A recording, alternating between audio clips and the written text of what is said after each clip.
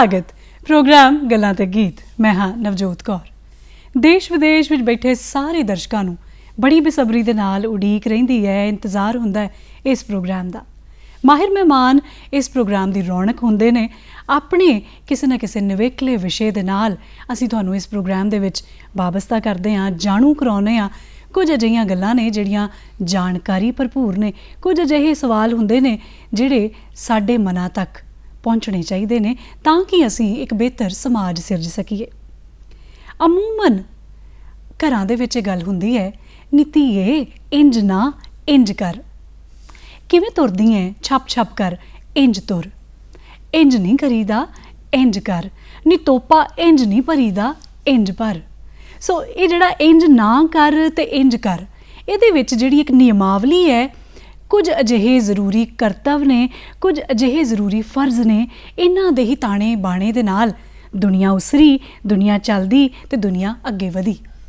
सो तुसीं एक निक्की जी इकाई तो लैके ते एडे वड्डे लोकतंत्र दे बाशिंदे हो। उन्हां सारियां दी गल है जिहड़े अपने घर तो, अपनी निज तो शुरू हुंदे ने ते फिर समाज च जाके खुलदे ने। सो उन्हां सारियां दे वास्ते एक चंगे नागरिक तो लैके एक बहुत अहला दर्जे दे अफसर तक या उस तो भी उपर, वो सारे दे सारे सेवा कर्मी, भावें एक निक्का जिहा घर दे विच काम करन वाला ते एक पूरे देश नूं चलाउण वाला, ये सारे दे सारे सूत्रधार बनदे ने एक पूरे लोकतंत्र दे। तुहाडे एक चंगे नागरिक होण दे किहड़े करतव ने, किहड़े फर्ज ने, तुसीं उन्हां नूं निभाउणा किवें है। कई वार असीं वेसले हो जांदे हां, कई बार असी बहुत वध जाणू हुन्ने आ, पर सानू पता नहीं हुंदा भी साडे फर्ज की ने, असी इन्हां नूं निभाउणा किवें है। हक्कां दे प्रति तां असी सारे ललकारे मारदे आ, असी जागरूक हुन्ने आ भी साडा हक इत्थे रख, पर उहदे नाल जिहड़े साडे फर्ज जुड़े ने उन्हां तो असी किते किते थोड़ी जिही कुताही कर दिंदे आ या उस जानकारी तो किते किते महदूद हुन्ने आ। सो अज दे प्रोग्राम गल्लां ते गीत विच असी उचेचे तौर दे उत्ते अपने माहिर मेहमान नूं इन्हां ही फर्जां दे उत्ते गौर नाल चानना पाउण ते विशेष तौर दे उत्ते इहदे उत्ते खुलासे दे नाल तुहानूं जानकारी देण दे लई सद्दा दित्ता है। आओ तुहानूं मिलाउणी आ जी उन्हां दे नाल श्री अमृत लाल मन्नण। समाज सेवी ने, रिटायर्ड प्रिंसीपल ने, 5 किताबां पाठकां दी झोली विच पा चुके ने, अपणियां कवितावां दे राहीं समाज नूं एक नवीं सेध दिंदे ने और कई अजिहे उपराले शुरू तो लैके हुण तक करदे आ रहे ने ते शाला गांह भी करनगे। ਤੁਹਾਡਾ ਬਹੁਤ ਬਹੁਤ ਸਵਾਗਤ ਪ੍ਰੋਗਰਾਮ ਗੱਲਾਂ ਤੇ ਗੀਤ ਵਿੱਚ। ਦੂਰਦਰਸ਼ਨ ਦਾ ਆਭਾਰੀ ਹਾਂ ਜੀ, ਮੈਨੂੰ ਇੱਥੇ ਆਉਣ ਦਾ ਮੌਕਾ ਮਿਲਿਆ ਜੀ। ਸਰ ਮੈਂ ਸ਼ੁਰੂਆਤ ਦੇ ਵਿੱਚ ਨਾ ਘਰ ਤੋਂ ਨਿੱਕੀ ਜੀ ਗੱਲ ਤੋਰੀ ਵੀ ਇੰਜ ਨਾ ਕਰ ਇੰਜ ਕਰ। ਠੀਕ ਹੈ ਵੀ ਸਾਨੂੰ ਆਪਣੇ ਆਲੇ ਦੁਆਲੇ ਤੋਂ ਸਾਡੇ ਕਰਤੱਵ ਪਤਾ ਲੱਗ ਜਾਂਦੇ ਨੇ, ਸਾਨੂੰ ਉਹ ਫਰਜ਼ ਪਤਾ ਲੱਗ ਜਾਂਦੇ ਨੇ, ਤੇ ਜੇ ਆਮ ਭਾਸ਼ਾ ਦੇ ਵਿੱਚ ਜੇ ਅਸੀਂ ਪੁੱਛਣਾ ਚਾਹੀਏ ਫਰਜ਼ ਹਨ ਕੀ, ਇਹ ਕੀ ਹਨ? ਦੇਖੋ ਸਾਡੇ ਜਿਹੜੇ ਸੰਵਿਧਾਨ ਦੇ ਨਿਰਮਾਤਾ ਸੀਗੇ ਬਾਬਾ ਸਾਹਿਬ ਅੰਬੇਦਕਰ ਜੀ, ਉਹਨਾਂ ਨੇ ਬੜੀ ਸੋਚ ਸਮਝ ਨਾਲ ਸਾਡਾ ਸੰਵਿਧਾਨ ਬਣਾਇਆ, ਜਿਹੜੇ ਵਿਸ਼ੇਸ਼ੱਗੇ ਹੋਏ ਹੈ ਕਿ ਦੇਸ਼ ਨੂੰ ਚਲਾਉਣਾ ਕਿਸ ਤਰ੍ਹਾਂ ਹੈ। ਇੱਕ ਨਾਗਰਿਕ ਜਿਹੜਾ ਮੌਲਿਕ ਨਾਗਰਿਕ ਹੈ, ਆਮ ਆਦਮੀ ਹੈ, ਉਹਦੇ ਅਧਿਕਾਰ ਕੀ ਹੈ ਤੇ ਕਰਤੱਵ ਕੀ ਹੈ, ਸਾਰੇ ਉਹਨਾਂ ਨੇ ਉਹ 'ਚ ਐਕਸਪਲੇਨ ਕੀਤੇ ਹੈ। ਅਧਿਕਾਰਾਂ ਬਾਰੇ ਤਾਂ ਅਸੀਂ ਬਹੁਤ ਜਾਣਦੇ ਹਾਂ ਕਿ ਮੈਨੂੰ ਪ੍ਰਾਪਰਟੀ ਦਾ ਅਧਿਕਾਰ ਹੈ, ਮੈਨੂੰ ਬੋਲਣ ਦਾ ਅਧਿਕਾਰ ਹੈ, ਮੈਨੂੰ ਚੱਲਣ ਫਿਰਨ ਦਾ ਅਧਿਕਾਰ ਹੈ, ਮੈਨੂੰ ਲਿਖਣ ਦਾ ਅਧਿਕਾਰ ਹੈ, ਬਹੁਤ ਸਭ ਕੁਝ ਜਾਣਦੇ ਹਾਂ। ਜਿਸ ਤਰ੍ਹਾਂ ਤੁਸੀਂ ਪਹਿਲਾਂ ਹੀ ਕਹਿ ਚੁੱਕੇ ਹੋ ਮੇਰੇ ਹੱਕ ਇੱਥੇ ਰੱਖ, ਇਹਦੇ ਬਾਰੇ ਅਸੀਂ ਬਹੁਤ ਮਜ਼ਾਰੇ ਪ੍ਰਦਰਸ਼ਨ ਕਰਦੇ ਹਾਂ, ਪਰ ਫਰਜ਼ਾਂ ਬਾਰੇ ਅਸੀਂ ਭੁੱਲ ਜਾਂਦੇ ਹਾਂ। ਤੇ ਅੱਜ ਅਸੀਂ ਫਰਜ਼ਾਂ ਬਾਰੇ ਜ਼ਿਆਦਾ ਗੱਲ ਕਰਾਂਗੇ ਕਿ ਨਾਗਰਿਕਾਂ ਦੇ ਫਰਜ਼ ਕੀ ਆ ਤਾਂ ਕਿ ਸਾਡਾ ਦੇਸ਼ ਹੋਰ ਵਧੀਆ ਬਣੇ, ਅਸੀਂ ਇੱਕ ਖੁਸ਼ਹਾਲ ਦੇਸ਼ ਵਿੱਚ ਰਹੀਏ। ਜਿਹੜੇ ਦੇਸ਼ ਵਿੱਚ ਕਲੰਕ ਲਗਾ ਕਿ ਇਹ ਬੈਕਵਰਡ ਦੇਸ਼ ਹੈ, ਬੈਕਵਰਡ ਦੇਸ਼ ਕਿਉਂ ਹੈ? ਕਿਉਂਕਿ ਅਸੀਂ ਆਪਣੇ ਫਰਜ਼ਾਂ ਪ੍ਰਤੀ ਚੇਤਨ ਨਹੀਂ ਹੈਗੇ, ਅਧਿਕਾਰਾਂ ਬਾਰੇ ਚੇਤਨ ਹੈਗੇ। ਰੋਜ਼ ਜਲਸੇ ਜਲੂਸ ਮੁਜ਼ਾਹਰੇ ਹੁੰਦੇ ਰਹਿੰਦੇ ਆ ਸਾਡੇ ਅਧਿਕਾਰਾਂ ਬਾਰੇ, ਤੇ ਨਾਲ ਜੇ ਅਸੀਂ ਆਪਣੇ ਫਰਜ਼ਾਂ ਨੂੰ ਪੂਰੀ ਚੰਗੀ ਤਰ੍ਹਾਂ ਨਿਭਾਈਏ ਨਾ, ਮੇਰਾ ਖਿਆਲ ਅਧਿਕਾਰ ਫਿਰ ਸਾਨੂੰ ਆਪਣੇ ਆਪ ਹੀ ਮਿਲ ਜਾਣਗੇ। ਜੀ ਮਨਨ ਸਾਹਿਬ, ਲੋੜ ਕਿਉਂ ਪੈਂਦੀ ਹੈ? ਲੋੜ ਇਸੇ ਕਰਕੇ ਪੈਂਦੀ ਹੈ ਨਾ ਫਰਜ਼ਾਂ ਦੀ ਕਿ ਜੇ ਅਸੀਂ ਕੋਈ ਦੇਸ਼ ਨੂੰ ਚੰਗੀ ਤਰ੍ਹਾਂ ਚਲਾਉਣਾ ਤਾਂ ਸਾਡੀਆਂ ਡਿਊਟੀਜ਼ ਕੀ ਹੈ ਜਾਂ ਸਾਡੇ ਕਰਤੱਵ ਕੀ ਆ, ਉਹਨਾਂ ਨੂੰ ਅਸੀਂ ਚੰਗੀ ਤਰ੍ਹਾਂ ਨਿਭਾਵਾਂਗੇ ਤਦ ਹੀ ਅਸੀਂ ਸਾਡਾ ਦੇਸ਼ ਉન્નਤ ਹੋ ਸਕਦਾ। ਇਹ ਸਾਡੀ ਲੋੜ ਇਸੇ ਕਰਕੇ ਹੈ। ਹਾਂਜੀ, ਜਦੋਂ ਵੀ ਸੰਵਿਧਾਨ ਨੂੰ ਉਲੀਕਿਆ ਗਿਆ, ਸੰਵਿਧਾਨ ਬਣਾਇਆ ਗਿਆ, ਇਸ ਵਾਸਤੇ ਬਣਾਇਆ ਗਿਆ ਵੀ ਐਡਾ ਵੱਡਾ ਮੁਲਕ ਆ ਭਾਰਤ, ਉਹਨੂੰ ਚਲਾਉਣ ਵਾਸਤੇ ਕੁਝ ਨਿਯਮਾਵਲੀ ਵੀ ਚਾਹੀਦੀ ਹੈ। ਇਹ ਨਹੀਂ ਵੀ ਹਰ ਕੋਈ ਆਪਣੇ ਤਰੀਕੇ ਦੇ ਨਾਲ ਹੀ ਵੀ ਚਲਾਈ ਜਾਵੇ ਤੇ ਉਹਦੇ ਨਾਲ ਨਾ ਕਿਸੇ ਦਾ ਘਰ ਭਰੇ ਤੇ ਨਾ ਊਣੇ ਦਾ ਊਣਾ ਹੀ ਨਾ ਰਹੇ। ਸੋ ਇਸ ਕਰਕੇ ਉਹ ਕੁਝ ਸਿਧਾਂਤ ਜਿਹੜੇ ਸੀ ਉਹ ਲਾਜ਼ਮੀ ਸੀ, ਸੰਵਿਧਾਨ ਦੇ ਵਿੱਚ ਉਹਨਾਂ ਨੂੰ ਅੰਕਿਤ ਕੀਤਾ ਗਿਆ, ਉਹਨਾਂ ਨੂੰ ਬਣਾਇਆ ਗਿਆ। ਅੱਜ ਅਸੀਂ ਜੇ ਫਰਜ਼ ਦੀ ਗੱਲ ਕਰ ਰਹੇ ਹਾਂ ਕਿ ਇੱਕ ਚੰਗੇ ਨਾਗਰਿਕ ਦੇ ਫਰਜ਼ ਹੈ ਕਿਹੜੇ ਸੋ ਉਹਨਾਂ ਦੇ ਬਾਰੇ ਤੁਸੀਂ ਖੁਲਾਸੇ ਦੇ ਨਾਲ ਸਾਨੂੰ ਦੱਸੋ। ਦੇਖੋ, ਜੇ ਅਸੀਂ ਸੰਵਿਧਾਨ ਦੇ ਮੁਤਾਬਕ ਗੱਲ ਕਰੀਏ ਤਾਂ ਮੁੱਖ ਹੈਗਾ ਸਾਡਾ ਕਿ ਸਾਡੇ ਨੈਸ਼ਨਲ ਐਂਥਮ ਹੈ, ਰਾਸ਼ਟਰੀ ਗੀਤ ਹੈ, ਉਹਦੇ ਬਾਰੇ ਸਾਨੂੰ ਸਾਡਾ ਫਰਜ਼ ਦੀ ਰਿਸਪੈਕਟ ਕਰਨਾ। ਸਾਡੀ ਰਾਸ਼ਟਰੀ ਗੀਤ ਹੈ ਤੇ ਸਾਡਾ ਆਪਣੇ ਕੌਮੀ ਏਕਤਾ ਵਾਸਤੇ ਅਸੀਂ ਆਪਣਾ ਯਤਨਸ਼ੀਲ ਰਹਿਣਾ। ਔਰ ਸਾਡੇ ਕੀ ਹੈ ਨੈਸ਼ਨਲ ਪ੍ਰਾਪਰਟੀ ਜਿਹੜੀ ਹੈ ਉਹਨੂੰ ਨੁਕਸਾਨ ਨਹੀਂ ਪਹੁੰਚਾਉਣਾ। ਜਿਹੜੇ ਕਾਨੂੰਨ ਦੇ ਜਿਹੜੇ ਦੇਸ਼ ਦੇ ਕਾਨੂੰਨ ਆ ਉਹਨਾਂ ਨੂੰ ਫੋਲੋ ਕਰਨਾ ਚੰਗੀ ਤਰ੍ਹਾਂ, ਉਹਨਾਂ ਨੂੰ ਮੰਨਣਾ ਹੈਗਾ। ਔਰ ਜੋ ਸਾਡੇ ਟੈਕਸ ਬਣਦੇ ਸਰਕਾਰ ਦੇ ਦੇਸ਼ ਦੇ ਉਹ ਅਸੀਂ ਪੇ ਕਰੀਏ ਸਮੇਂ ਸਿਰ। ਇਸ ਤਰ੍ਹਾਂ ਅਨੇਕਾਂ ਸਾਡੇ ਫਰਜ਼ ਹੈਗੇ ਜਿਹੜੇ ਸਾਨੂੰ ਕਰਨੇ ਚਾਹੀਦੇ ਆ ਤਾਂ ਕਿ ਇੱਕ ਚੰਗਾ ਦੇਸ਼ ਬਣ ਸਕੇ। ਜੀ, ਅਸੀਂ ਜਦੋਂ ਕੋਸ਼ਿਸ਼ ਕਰਦੇ ਹਾਂ ਵੀ ਅਸੀਂ ਇੱਕ ਚੰਗੇ ਨਾਗਰਿਕ ਬਣਨਾ ਹੈ, ਇੱਕ ਚੰਗੇ ਨਾਗਰਿਕ ਤੋਂ ਪਹਿਲਾਂ ਇੱਕ ਛੋਟੀ ਜਿਹੀ ਇਕਾਈ, ਇੱਕ ਨਿੱਕੇ ਜਿਹੇ ਪਰਿਵਾਰ ਦੀ ਕਹਾਣੀ ਤੋਂ ਸ਼ੁਰੂ ਜੇ ਕਰੀਏ ਅਸੀਂ। ਇੱਕ ਨਿੱਕਾ ਜਿਹਾ ਬਾਲ ਉਹ ਜਨਮ ਲੈਂਦਾ ਹੈ ਘਰ 'ਚ, ਉਹਨੂੰ ਨਹੀਂ ਪਤਾ ਕਿ ਮੈਂ ਕਿਹੜੇ ਵੇਲੇ ਉੱਠਣਾ ਜਾਂ ਕਿਹੜੇ ਵੇਲੇ ਸੌਣਾ। ਉਹਦੀ ਨਿਯਮਾਵਲੀ ਘਰ ਦੇ ਤੈਅ ਕਰ ਦਿੰਦੇ ਨੇ ਵੀ ਰਾਤ ਸੌਣ ਵਾਸਤੇ ਹੈ, ਦਿਨ ਜਾਗਣ ਵਾਸਤੇ ਹੈ, ਦਿਨ ਜਿਹੜਾ ਹੈ ਉਹ ਵੱਖਰੀਆਂ ਕਿਰਿਆਵਾਂ ਵਾਸਤੇ ਹੈ। ਸੋ ਉਹਦੀ ਜਿਹੜੀ ਨਿਯਮਾਵਲੀ ਹੈ, ਉਹਦੇ ਕਰਤੱਵ, ਉਹਦੇ ਫਰਜ਼ ਜਿਹੜੇ ਹੈ ਉਹ ਘਰ ਦੀ ਉਸ ਚਾਰ ਦੀਵਾਰੀ ਤੋਂ ਸ਼ੁਰੂ ਹੋ ਜਾਂਦੇ ਨੇ। ਫਿਰ ਉਹਦੇ ਵਿੱਚ ਸਭ ਤੋਂ ਵੱਡਾ ਯੋਗਦਾਨ ਜਿਹੜਾ ਹੈ ਉਹਦੇ ਮਾਤਾ ਪਿਤਾ ਪਾਉਂਦੇ ਨੇ।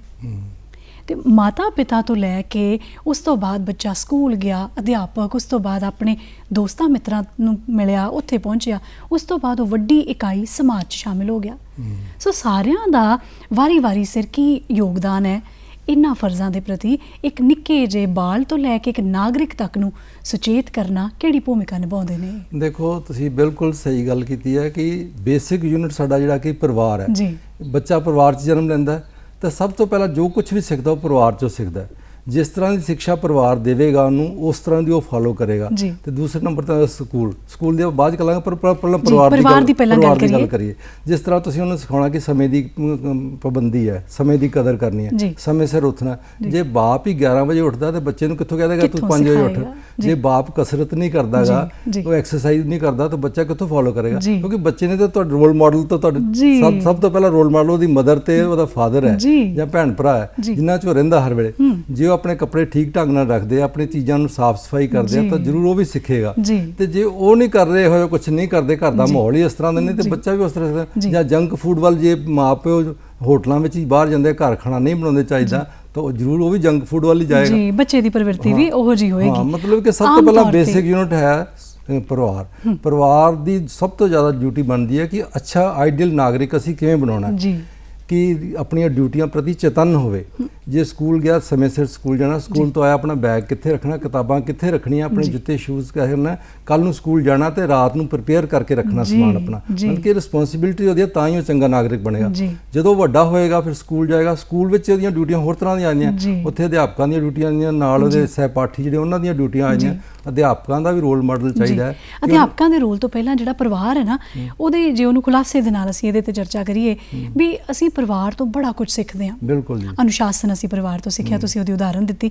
ਇੱਕ ਉਦਾਹਰਨ ਇੱਥੇ ਥੋੜੀ ਜਿਹੀ ਹੋਰ ਮੈਂ ਘੜਨੀ ਚਾਹੂੰਗੀ ਵੀ ਅਸੀਂ ਆਪਣੇ ਬੱਚੇ ਨੂੰ ਪਹਿਲਾ ਪਾਠ ਜਿਹੜਾ ਨਾ ਸੱਚ ਦਾ ਤੇ ਝੂਠ ਦਾ ਘਰੋਂ ਸਿਖਾਉਂਦੇ ਆ। ਬਿਲਕੁਲ ਜੀ। ਵੀ ਖੁਦ ਘਰ ਦੇ ਵਿੱਚ ਮੌਜੂਦ ਹੋ ਕੇ ਅਸੀਂ ਇਹ ਕਹਿ ਦਿੰਦੇ ਆ, ਬਾਹਰ ਕੋਈ ਆਇਆ ਕਹਿ ਦੇ ਪਾਪਾ ਘਰ ਨਹੀਂ ਹੈਗੇ, ਫੋਨ ਤੇ ਕਹਿ ਦੇ ਪਾਪਾ ਘਰ ਨਹੀਂ ਹੈਗੇ। ਇਸੇ ਗੱਲ ਮੈਂ ਥੋੜਾ ਅੱਗੇ ਜਿਹੜਾ ਅਭੋਲ ਜਿਹਾ ਏ ਉਹਨੇ ਗਾਂ ਜਾ ਕੇ ਕਹਿ ਦੇਣਾ ਮੇਰੇ ਪਾਪਾ ਕਹਿੰਦੇ ਮੈਂ ਘਰ ਹੈ ਨਹੀਂ। ਮੈਂ ਇਹ ਗੱਲ ਕਰਨ ਲੱਗਾ ਸੀ ਕਿ ਬੱਚੇ ਤੇ ਕੋਰੀ ਸਲੇਟ ਹੈ, ਉਹਨਾਂ ਨੇ ਉਹੀ ਗੱਲ ਕਹਿੰਦੇ ਮੇਰੇ ਪਾਪਾ ਕਹਿੰਦੇ ਉਹ ਘਰ ਨਹੀਂ ਹੈਗਾ। ਮਤਲਬ ਚੁਟਕਲਾ ਹੈਗਾ। ਸੋ ਇਹ ਇੱਥੋਂ ਭਾਵੇਂ ਇਹ ਇੱਕ ਚੁਟਕਲੇ ਦੇ ਤੌਰ ਤੇ ਇਹਨੂੰ ਮਜ਼ਾਹੀਆ ਰੂਪ ਦੇ ਦਿੱਤਾ ਸੀ, ਪਰ ਜਿਹੜੀ ਇਹਦੇ ਪਿੱਛੇ ਭਾਵਨਾ ਲੁਕੀ ਹੈ ਨਾ, ਬਿਲਕੁਲ ਸੱਚ ਕੋਸ਼ਿਸ਼ ਤਾਂ ਤੁਸੀਂ ਕਰੋਗੇ ਕਿ ਬੱਚਾ ਤੁਹਾਡੇ ਨਾਲ ਹਮੇਸ਼ਾ ਪੈਰ ਤੇ ਸੱਚ ਬੋਲੇ। ਬਿਲਕੁਲ ਤੁਸੀਂ ਸਿਖਾ ਕੇ ਦਿੱਤਾ ਉਹਨੂੰ, ਤੁਸੀਂ ਉਹਦੇ ਤੋਂ ਆਸ ਕੀ ਕਰ ਰਹੇ ਹੋ? ਜੋ ਬੀਜਾਂਗੇ ਉਹੀ ਵੱਢਾਂਗੇ। ਜੇ ਅਸੀਂ ਨੈਤਿਕ ਕਦਰਾਂ ਕੀਮਤਾਂ ਜਾਂ ਅਸੀਂ ਆਪਣੇ ਫਰਜ਼ ਚੰਗੀ ਤਰ੍ਹਾਂ ਉਹ ਪਾਲਣ ਕਰਨਾ ਬਚਪਨ 'ਚ ਸਿਖਾਵਾਂਗੇ ਉਹਨੂੰ ਤਾਂ ਜ਼ਰੂਰ ਨੈਚੁਰਲ ਵੱਡਾ ਹੋ ਕੇ ਅੱਛਾ ਨਾਗਰਿਕ ਬਣੇਗਾ। ਜੀ ਜੋ ਅਸੀਂ ਕਰ ਰਹੇ ਹਾਂ, ਜੋ ਅਸੀਂ ਸਮਾਜ ਨੂੰ, ਸਾਡੀ ਕੀ ਦੇਣ ਹੈ, ਸਾਡਾ ਜਿਹੜਾ ਬੱਚਾ ਹੈ ਉਹ ਉਸ ਚੀਜ਼ ਨੂੰ ਗਾਹੇ ਬਗਾਹੇ ਆਪਣੇ ਅੰਦਰ ਉਹ ਚੰਗਿਆਈ ਦੇ ਬੁਰਾਈ ਦੇ ਦੋਵੇਂ ਤਰ੍ਹਾਂ ਦੇ ਗੁਣ ਆਤਮਸਾਤ ਕਰਦਾ ਹੈ। ਬਿਲਕੁਲ। ਤੁਸੀਂ ਗੱਡੀ 'ਚ ਕਿਤੇ ਜਾ ਰਹੇ ਹੋ, ਤੁਸੀਂ ਬੱਚਿਆਂ ਨੂੰ ਕੁਝ ਖਾਣ ਵਾਸਤੇ ਕੋਈ ਸਮੱਗਰੀ ਦੇ ਦਿੱਤੀ, ਬੱਚੇ ਕਾਰ 'ਚ ਬੈਠੇ ਕਿਸੇ ਵੀ ਵਾਹਨ 'ਚ ਬੈਠੇ ਖਾ ਰਹੇ ਨੇ, ਉਸ ਤੋਂ ਬਾਅਦ ਉਸ ਚੀਜ਼ ਦਾ ਜਿਹੜਾ ਤੁਸੀਂ ਖਾ ਪੀ ਕੇ ਬਾਅਦ 'ਚ ਕੂੜਾ ਇਕੱਠਾ ਕਰ ਦਿੱਤਾ, ਉਹਦਾ ਜਿਹੜਾ ਨਿਪਟਾਰਾ ਨਹੀਂ ਅਸੀਂ ਦੇਖਦੇ ਹਾਂ ਮੈਡਮ, ਆਪਾਂ ਦੇਖਦੇ ਹਾਂ ਆਮ ਕਿ 10-15 ਲੱਖ ਦੀ ਗੱਡੀ ਹੁੰਦੀ ਹੈ, ਉਹਦੇ 'ਚੋਂ ਬੋਤਲਾਂ ਬਾਹਰ ਆ ਰਹੀਆਂ ਹੁੰਦੀਆਂ, ਨੈਪਕਿਨ ਬਾਹਰ ਆ ਰਹੇ ਹੁੰਦੇ, ਪੋਲੀਥੀਨ ਬਾਹਰ ਆ ਰਿਹਾ ਹੁੰਦਾ ਕਿ ਗੱਡੀ ਸਾਫ਼ ਰੱਖਣੀ ਹੈ। ਸੜਕ ਦੇ ਉੱਤੇ ਕੋਈ ਗੰਦ ਪਾਓ ਕੋਈ ਗੱਲ ਨਹੀਂ, ਉਹ ਸਾਡੀ ਡਿਊਟੀ ਨਹੀਂ ਹੈਗੀ, ਅਸੀਂ ਆਪਣੀ ਗੱਡੀ ਸਾਫ਼ ਰੱਖਣੀ ਹੈ। ਮਤਲਬ ਕਿ ਇਹ ਫਿਰ ਕਿ ਦੇਸ਼ ਪ੍ਰਤੀ ਸਾਡੇ ਚੇਤਨ ਨਹੀਂ ਹੈਗੇ ਸੀ, ਅਸੀਂ ਆਪਣੇ ਪ੍ਰਤੀ ਤਾਂ ਚੇਤਨਾ ਵੀ ਸਾਡੀ ਚੀਜ਼ ਸਾਫ਼ ਹੋਣੀ ਚਾਹੀਦੀ ਹੈ। ਦੇਸ਼ ਨਹੀਂ ਸਾਡਾ ਹੈਗਾ, ਦੇਸ਼ ਵੀ ਤੇ ਸਾਡਾ ਹੀ ਹੈ, ਸਾਡੇ ਹੀ ਭੈਣ ਭਰਾਵਾਂ ਨੇ ਚੱਲਣਾ। ਕੋਈ ਪਿੱਛੋਂ ਮੋਟਰਸਾਈਕਲ ਵਾਲਾ ਆ ਸਕਦਾ, ਤੁਸੀਂ ਬੋਟਲ ਸੁੱਟੀ ਉਹ ਤੇ ਜੰਪ ਕਰਕੇ ਡਿੱਗ ਸਕਦਾ ਹੈਗਾ, ਕੁਛ ਹੋ ਸਕਦਾ। ਮਤਲਬ ਕਿ ਇਹ ਗੱਲਾਂ ਬੱਚਿਆਂ ਨੂੰ ਤੁਸੀਂ ਵੱਡੇ ਪਹਿਲਾਂ ਫੋਲੋ ਕਰਨ ਤੇ ਬੱਚੇ ਜ਼ਰੂਰ ਦੇਖ ਕੇ ਫੋਲੋ ਕਰਨਗੇ। ਜੀ ਹੁਣ ਅਸੀਂ ਅਧਿਆਪਕਾਂ ਦੀ ਗੱਲ ਕਰਦੇ ਹਾਂ। ਅਧਿਆਪਕਾਂ ਦੀ ਭੂਮਿਕਾ ਜਿਹੜੀ ਉਹ ਇਹਨਾਂ ਫਰਜ਼ਾਂ ਦੇ ਪ੍ਰਤੀ, ਦੇਖੋ ਜੀ ਪੁਰਾਣੇ ਅਧਿਆਪਕ ਸਮਰਪਿਤ ਹੁੰਦੇ ਸੀ। ਚਲੋ ਹੁਣ ਅਸੀਂ ਅਧਿਆਪਕਾਂ ਦਾ ਇੱਥੇ ਕਸੂਰ ਨਹੀਂ ਕੱਢਦੇ ਕਿ ਅਧਿਆਪਕ ਕਿਉਂ ਚੇਂਜ ਹੋ ਗਿਆ, ਕਿਉਂਕਿ ਸਾਡਾ ਟੋਟੈਲਿਟੀ ਵਿੱਚ ਸਾਰਾ ਸਮਾਜ ਹੀ ਇਸ ਤਰ੍ਹਾਂ ਮਟੀਰੀਅਲਿਸਟਿਕ ਹੋ ਗਿਆ। ਅਸੀਂ ਰਿਸਪੈਕਟ ਕਿਹਨੂੰ ਦਿੰਦੇ ਹਾਂ? ਅੱਜ ਕੱਲ੍ਹ ਜਿਹਦੀ ਵੱਡੀ ਕੋਠੀ ਕਾਰ ਆ ਉਹਨੂੰ ਨਮਸਤੇ ਕਰਦੇ ਹਾਂ, ਇਹ ਬਹੁਤ ਅੱਛਾ ਹੁੰਦਾ। ਜਿਹਦੇ ਕੱਪੜੇ ਸੋਹਣੇ ਸੂਟਡ ਬੂਟਡ ਆ, ਮਤਲਬ ਕਿ ਆਈਡੀਅਲਿਸਟਿਕ ਵੈਲਿਊ, ਇਮਾਨਦਾਰ ਆ, ਸੱਚਾ ਸੁਥਰਾ ਸਾਫ਼ ਤਰੀਕੇ ਨਾਲ ਚੱਲਦਾ, ਉਹਦੀ ਦੀ ਕੋਈ ਇੰਪੋਰਟੈਂਸ ਨਹੀਂ। ਕਾਰ ਵੱਡੀ ਆ, ਇਹ ਬੰਦਾ ਬਹੁਤ ਵਧੀਆ ਜੀ, ਇਹ ਜਾਇਜ਼ ਨਜਾਇਜ਼ ਸਭ ਕੰਮ ਕਰ ਸਕਦਾ, ਕਿਉਂਕਿ ਇਹ ਸਭ ਕੰਮ ਕਰ ਸਕਦਾ ਹੈ ਜੀ, ਉਹਨੂੰ ਅਸੀਂ ਰਿਸਪੈਕਟ ਦਿੰਦੇ ਹਾਂ। ਮਤਲਬ ਕਿ ਸੋਸਾਇਟੀ ਨੇ ਆਪਣੀਆਂ ਵੈਲਿਊਜ਼ ਜਿਹੜੀਆਂ ਕਦਰਾਂ ਕੀਮਤਾਂ ਚੇਂਜ ਕਰਤੀਆਂ। ਤੇ ਟੀਚਰ ਵੀ ਕੀ ਹੈ, ਟੀਚਰ ਵੀ ਮਟੀਰੀਅਲਿਸਟਿਕ ਹੋ ਗਿਆ, ਉਹ ਟਿਊਸ਼ਨਾਂ ਪੜਾਉਂਦਾ ਹੈ, ਮਤਲਬ ਕਿ ਪੈਸਾ ਇਕੱਠਾ ਕਰਨ ਦੀ ਹੈ। ਉਹਨਾਂ ਨੇ ਕਿ ਅਸੀਂ ਮੈਂ ਆਦਰਸ਼ ਨਾਗਰਿਕ ਪੈਦਾ ਕਰਨਾ, ਉਹਦੇ 'ਚ ਗੁਣ ਪੈਦਾ ਕਰਨੇ ਆ, ਉਹ ਮਤਲਬ ਕਿ ਆਪਣਾ ਜਿਹੜਾ ਆਬਜੈਕਟਿਵ ਹੈ ਜਾਂ ਏਮ ਹੈ ਉਹ ਭੁੱਲ ਗਿਆ ਹੈਗਾ। ਤੇ ਜਿੱਥੇ ਉਹ ਅਧਿਆਪਕ ਜਿਨ੍ਹਾਂ ਦੇ ਅੰਦਰ ਹਾਲੇ ਵੀ ਅਚਣਕ ਹੈ, ਉਹ ਕੋਸ਼ਿਸ਼ਾਂ ਜਿਹੜੀਆਂ ਲਗਾਤਾਰ ਉਹ ਜਾਰੀ ਨੇ, ਪਰ ਬਹੁਤ ਘੱਟ ਹੈ ਜੀ। ਵੀ ਉਹ ਕਿਸੇ ਨਾ ਕਿਸੇ ਤਰੀਕੇ ਆਪਣੇ ਉਹਨਾਂ ਵਿਦਿਆਰਥੀਆਂ ਤੱਕ ਆਪਣੀ ਇਸ ਗੱਲ ਨੂੰ, ਚੇਤਨਤਾ ਨੂੰ ਪਹੁੰਚਾਉਂਦੇ ਨੇ। ਦੇਖੋ ਜਿਹੜੇ ਅੱਛੇ ਅਧਿਆਪਕ ਆ ਉਹਨਾਂ ਨੂੰ ਬੱਚੇ ਸਾਰੀ ਉਮਰ ਯਾਦ ਰੱਖਦੇ ਆ, ਉਹ ਆਦਰਸ਼ ਹੁੰਦੇ ਆ ਕਿ ਅਸੀਂ ਉਹਨਾਂ ਨੂੰ ਫੋਲੋ ਕਰਨਾ ਹੈ। ਤੇ ਜਿਹੜੇ ਅੱਛੇ ਅਧਿਆਪਕ ਆ ਉਹਨਾਂ ਨੂੰ ਫਿਰ ਸੈਕਰੀਫਾਈਸ ਵੀ ਕਰਨਾ ਪੈਂਦਾ, ਐਸੀ ਗੱਲ ਨਹੀਂ। ਅਸੀਂ ਵੇਖਿਆ ਕਿ ਅਧਿਆਪਕ ਸਾਰੀ ਉਮਰ ਟੁੱਟੇ ਸਾਈਕਲ ਤੇ ਹੀ ਚੱਲਦੇ ਰਹੇ, ਉਹਨਾਂ ਨੇ ਬੱਚਿਆਂ ਨੂੰ ਸਿੱਖਿਆ ਸਹੀ ਦਿੱਤੀ। ਮਤਲਬ ਕਿ ਜਿਹੜੀਆਂ ਮਟੀਰੀਅਲਿਸਟਿਕ ਚੀਜ਼ਾਂ ਇਹਨਾਂ ਦਾ ਕਾਊਂਟ ਕੋਈ ਨਹੀਂ ਕਰਦੀਆਂ ਇੰਨੀਆਂ। ਠੀਕ ਹੈ, ਪ੍ਰੋਗਰੈਸ ਕਰਨੀ ਚਾਹੀਦੀ ਹੈ ਸਮੇਂ ਦੇ ਅਨੁਸਾਰ, ਪਰ ਇਹ ਨਹੀਂ ਕਿ ਮਟੀਰੀਅਲਿਸਟਿਕ ਹੀ ਤੁਸੀਂ ਹੋ ਕੇ ਰਹਿ ਜਾਓ ਤੇ ਆਪਣੀਆਂ ਜਿਹੜੀਆਂ ਅਸਲੀ ਕਦਰਾਂ ਕੀਮਤਾਂ ਨੂੰ ਭੁੱਲ ਜਾਓ। ਜਦੋਂ ਵਿਦਿਆਰਥੀ ਸਕੂਲ ਪਹੁੰਚਿਆ, ਉਹਨੂੰ ਹੋਰ ਆਪਣੇ ਨੇੜੇ ਤੇੜੇ ਬਹੁਤ ਅਜਿਹੇ ਸਹਿਪਾਠੀ ਮਿਲੇ, ਦੋਸਤਾਂ ਮਿੱਤਰਾਂ ਦੇ ਵਿੱਚ ਵੀ ਉਹਦੇ ਵਿੱਚ ਇੱਕ ਤੇ ਸਹਿਭਾਗਿਤਾ, ਉਹਦੇ ਨਾਲ ਉਹਨੂੰ ਵਿਚਰਨ ਦੇ ਕਈ ਅਜਿਹੇ ਕੰਮ ਨੇ ਜਿਹੜੇ ਕਿ ਜਿਹਨੂੰ ਅਸੀਂ ਗਰੁੱਪ ਐਕਟੀਵਿਟੀਜ਼ ਕਹਿ ਦਿੰਦੇ ਹਾਂ। ਉੱਥੇ ਵੀ ਜਿਹੜਾ ਬੱਚਾ ਹੈ ਨਾ, ਕਈ ਚੀਜ਼ਾਂ ਇਹੋ ਜਿਹੀਆਂ ਸਿੱਖਦਾ ਹੈ। ਨਹੀਂ, ਉਹ ਤਾਂ ਦੇਖੋ ਜੀ ਸਕੂਲ ਤੇ ਦੇਖੋ ਜ਼ਿਆਦਾ ਸਮਾਂ ਬੱਚਾ ਕਿੱਥੇ ਬਿਤਾਉਂਦਾ, ਘਰ ਜਾਂ ਸਕੂਲ 7-8 ਘੰਟੇ ਬਿਤਾਉਂਦਾ। ਤਾਂ ਉੱਥੇ ਸਹਿਪਾਠੀਆਂ ਤਾਂ ਆਪਣੇ ਕਿਸ ਤਰ੍ਹਾਂ ਦੂਸਰਿਆਂ ਨਾਲ ਮਿਲ ਕੇ ਚੱਲਣਾ ਹੈ, ਕਿਸ ਤਰ੍ਹਾਂ ਦੂਸਰੇ ਦੀ ਗੱਲ ਮੰਨਣੀ ਹੈ, ਕਿਸ ਤਰ੍ਹਾਂ ਆਪਣੀ ਗੱਲ ਚਾਹੁੰਦੇ ਹੋਏ ਵੀ ਦੂਜੇ ਦੀ ਗੱਲ ਨੂੰ ਮਿਲ ਕੇ ਚੱਲਣਾ ਹੈਗਾ। ਤੇ ਇਹ ਗੱਲਾਂ ਸਕੂਲ 'ਚ ਹੀ ਬਤਾ ਸਕਦਾ। ਹੁਣ ਕਰੋਨਾ ਟਾਈਮ 'ਚ ਬੱਚੇ ਘਰ ਰਹੇ, ਬੱਚੇ ਫੈਡ ਅਪ ਹੋ ਗਏ, ਕਹਿੰਦੇ ਸਾਡੀ ਲਾਈਫ ਬੋਰਿੰਗ ਹੋ ਗਈ ਹੈ। ਕਿਉਂ ਬੋਰਿੰਗ ਹੋ ਗਿਆ? ਪਹਿਲਾਂ ਕਹਿੰਦੇ ਛੁੱਟੀ ਚਾਹੀਦੀ ਹੈ। अब इतनी छुट्टियां आ गई कि घर बैठे कहते नहीं बोरिंग हो गया, उधर दोस्तों से हंसते खेलते थे, बातें होती थी, ये होता था, तो मतलब कि इंजॉय करते ਸੀਗੇ ਸਮੇਂ ਨੂੰ। ਤੇ ਹੁਣ ਉਹ ਮਤਲਬ ਕਿ ਕਈ ਗੱਲਾਂ ਜਿਹੜਾ ਬੱਚਾ ਆਪਣੇ ਘਰ ਦੇ ਮਾਂ-ਬਾਪ ਨਹੀਂ ਕਰ ਸਕਦਾ, ਸ਼ੇਅਰ ਨਹੀਂ ਕਰ ਸਕਦਾ, ਆਪਣੇ ਸਟੂਡੈਂਟ ਆਪਣੇ ਮਿੱਤਰਾਂ ਨਾਲ ਸ਼ੇਅਰ ਕਰ ਸਕਦਾ, ਤੇ ਉਹ ਇੰਜॉय ਕਰਦਾ ਉਹਨਾਂ ਗੱਲਾਂ ਨੂੰ, ਤੇ ਉਹ ਮਿਸ ਹੋ ਗਈਆਂ। ਤਾਂ ਇਹ ਗੱਲ ਦੇਖੋ, ਅੱਛਾ ਇਨਸਾਨ ਬਣਾਉਣ ਵਾਸਤੇ ਉਹਦੇ ਮਿੱਤਰ ਹੋਣੇ, ਸਹਿਯੋਗੀ ਹੋਣੇ ਬਹੁਤ ਜ਼ਰੂਰੀ ਹੈ, ਔਰ ਸਕੂਲ ਉਹ এনवायरमेंट ਪ੍ਰੋਵਾਈਡ ਕਰਦਾ ਜੀ। ਔਰ ਉਹਨੂੰ ਨਾ ਗਾਹੇ ਬਗਾਹੇ ਕਈ ਚੰਗੀਆਂ ਚੀਜ਼ਾਂ, ਜੇ ਇੱਕ ਬੱਚਾ ਬਹੁਤ ਚੰਗੇ ਪਰਿਵਾਰ ਤੋਂ ਹੈ, ਬਹੁਤ ਸੁਲਝੇ ਹੋਏ ਪਰਿਵਾਰ ਤੋਂ ਹੈ, ਜਿਹੜਾ ਹਮੇਸ਼ਾ ਸੱਚ ਬੋਲਦਾ ਹੈ, ਆਪਣੇ ਦੋਸਤਾਂ ਮਿੱਤਰਾਂ ਦਾ ਧਿਆਨ ਰੱਖਦਾ ਹੈ, ਉਹਦੇ ਗੁਣ ਜਿਹੜੇ ਬਾਕੀ ਬੱਚੇ ਨੇ ਉਹਦੇ ਨਾਲ ਰਹਿੰਦੇ ਆ, ਉਹਨਾਂ ਦੇ ਵਿੱਚ ਆਪਣੇ ਆਪ ਹੀ ਉਹ ਗੁਣ ਆਤਮਸਾਤ ਹੋ ਜਾਂਦੇ ਨੇ ਵੀ ਇਹ ਚੰਗਾ ਹੈ, ਇਹ ਹਮੇਸ਼ਾ ਹੀ ਇੱਦਾਂ ਕਰਦਾ ਹੈ, ਅਸੀਂ ਵੀ ਕੋਸ਼ਿਸ਼ ਕਰੀਏ। ਬਿਲਕੁਲ ਜੀ, ਦੂਸਰੇ ਬੱਚਿਆਂ ਸਿੱਖਦੇ ਆ, ਇਹ ਬੱਚਾ ਕਿਉਂ ਅੱਗੇ ਹੈ ਜਾਂਦਾ, ਸਟੱਡੀ 'ਚ ਕਿਉਂ ਅੱਗੇ ਹੈ, ਇਹ ਰੂਲ ਐਂਡ ਰੈਗੂਲੇਸ਼ਨ ਫੋਲੋ ਕਰਦਾ ਹੈ, ਕਲਾਸ ਵਿੱਚ ਅਟੈਂਟਿਵ ਹੋ ਕੇ ਬਹਿੰਦਾ ਹੈ, ਹਾਸਾ ਮਜ਼ਾਕ ਨਹੀਂ ਕਰਦਾ, ਜਦੋਂ ਟੀਚਰ ਪੜ੍ਹਾ ਰਿਹਾ, ਸ਼ਰਾਰਤਾਂ ਨਹੀਂ ਕਰਦਾ, ਤਾਂ ਨੈਚੁਰਲੀ ਅੱਗੇ ਜਾਏਗਾ, ਤਾਂ ਬੱਚਾ ਦੂਸਰਿਆਂ ਤੋਂ ਸਿੱਖਦਾ ਹੈਗਾ। ਇੱਥੇ ਮੈਂ ਇੱਕ ਗੱਲ ਕਰਾਂਗਾ, ਜੈਸੇ ਹੈ ਤੇ ਥੋੜ੍ਹੀ ਜਿਹੀ ਆਊਟ ਆਫ ਵੇ ਹੈ, ਕਿ ਸਾਡੇ ਨਾ ਪਹਿਲਾਂ ਹੁੰਦੇ ਸੀ ਸਰਕਾਰੀ ਸਕੂਲ, ਉੱਥੇ ਹਰ ਇੱਕ ਤਰ੍ਹਾਂ ਦੇ ਅਮੀਰ ਦਾ ਬੱਚਾ, ਗਰੀਬ ਦਾ ਬੱਚਾ, ਸਾਰੇ ਇੱਕੋ ਪਲੇਟਫਾਰਮ ਤੇ ਪੜ੍ਹਦੇ ਸੀ, ਤੇ ਇੱਕ ਦੂਜੇ ਨੂੰ ਐਡਜਸਟ ਕਰਨ ਦੀ ਉਹਨਾਂ 'ਚ ਆ ਜਾਂਦੀ ਸੀ ਭਾਵਨਾ ਕਿ ਗਰੀਬ ਨੇ ਅਮੀਰ ਨਾਲ ਕਿਵੇਂ ਚੱਲਣਾ, ਅਮੀਰ ਨੇ ਗਰੀਬ ਨਾਲ ਕਿਵੇਂ ਚੱਲਣਾ, ਤੇ ਸੋਸਾਇਟੀ 'ਚ ਬੜੀ ਸਮੂਥ ਚੱਲਦੀ ਸੀ। ਅੱਜ ਕੱਲ੍ਹ ਕੀ ਹੋ ਗਏ, ਲਾਈਟ ਕਲਾਸ ਦੇ ਸਕੂਲ ਅੱਡ ਹੋ ਗਏ, ਪਬਲਿਕ ਸਕੂਲ ਹੋ ਗਏ ਜੀ। ਉੱਥੇ ਕੀ ਜਾਏਗਾ ਜਿਹੜਾ 20,000 ਰੁਪਏ ਫੀਸ ਦੇ ਸਕਦਾ, 10,000, ਮਤਲਬ ਕਿ ਅਮੀਰ ਬੱਚੇ ਆਣਗੇ। ਅੱਛਾ, ਉਹ ਫਿਰ ਜਦੋਂ ਗवर्नमेंट स्कूल ਦੇ ਬੱਚਿਆਂ ਨੂੰ ਦੇਖਦੇ ਨਾ, कहते ये तो गवर्नमेंट स्कूल में पढ़ता है, ये तो गवर्नमेंट स्कूल में जाता, मतलब कि ਉਹਨਾਂ ਨੂੰ ਹੀਨ ਭਾਵ ਨਾਲ ਦੇਖਦੇ ਆ। ਜਦੋਂ ਅਲਟੀਮੇਟ ਇਹਨਾਂ ਸਾਰਿਆਂ ਨੇ ਆਉਣਾ ਕੀ ਸੋਸਾਇਟੀ ਵਿੱਚ ਆਉਣਾ, ਅਮੀਰ ਬੱਚਿਆਂ ਨੇ ਵੀ ਆਉਣਾ ਸੋਸਾਇਟੀ 'ਚ, ਗਰੀਬ ਬੱਚਿਆਂ ਨੇ, ਉਹ ਉੱਥੇ ਫਿਰ ਇੱਕ ਕਲੈਸ਼ ਹੁੰਦਾ ਉਹਨਾਂ ਦਾ। ਇਸੇ ਕਲੈਸ਼ ਨੂੰ, ਇਸੇ ਜਿਹੜੀ ਵਿਭਿੰਨਤਾ ਹੈ, ਇਹਨੂੰ ਹੀ ਤੇ ਸਮਤੋਲ ਕਰਨਾ ਹੈ, ਤਾਂ ਹੀ ਤੇ ਅਸੀਂ ਚੰਗੇ ਨਾਗਰਿਕ ਬਣਾਂਗੇ। ਤੇ ਉਸ ਤੋਂ ਬਾਅਦ ਹੁਣ ਆ ਗਏ ਅਸੀਂ ਸਮਾਜ ਵੱਲ।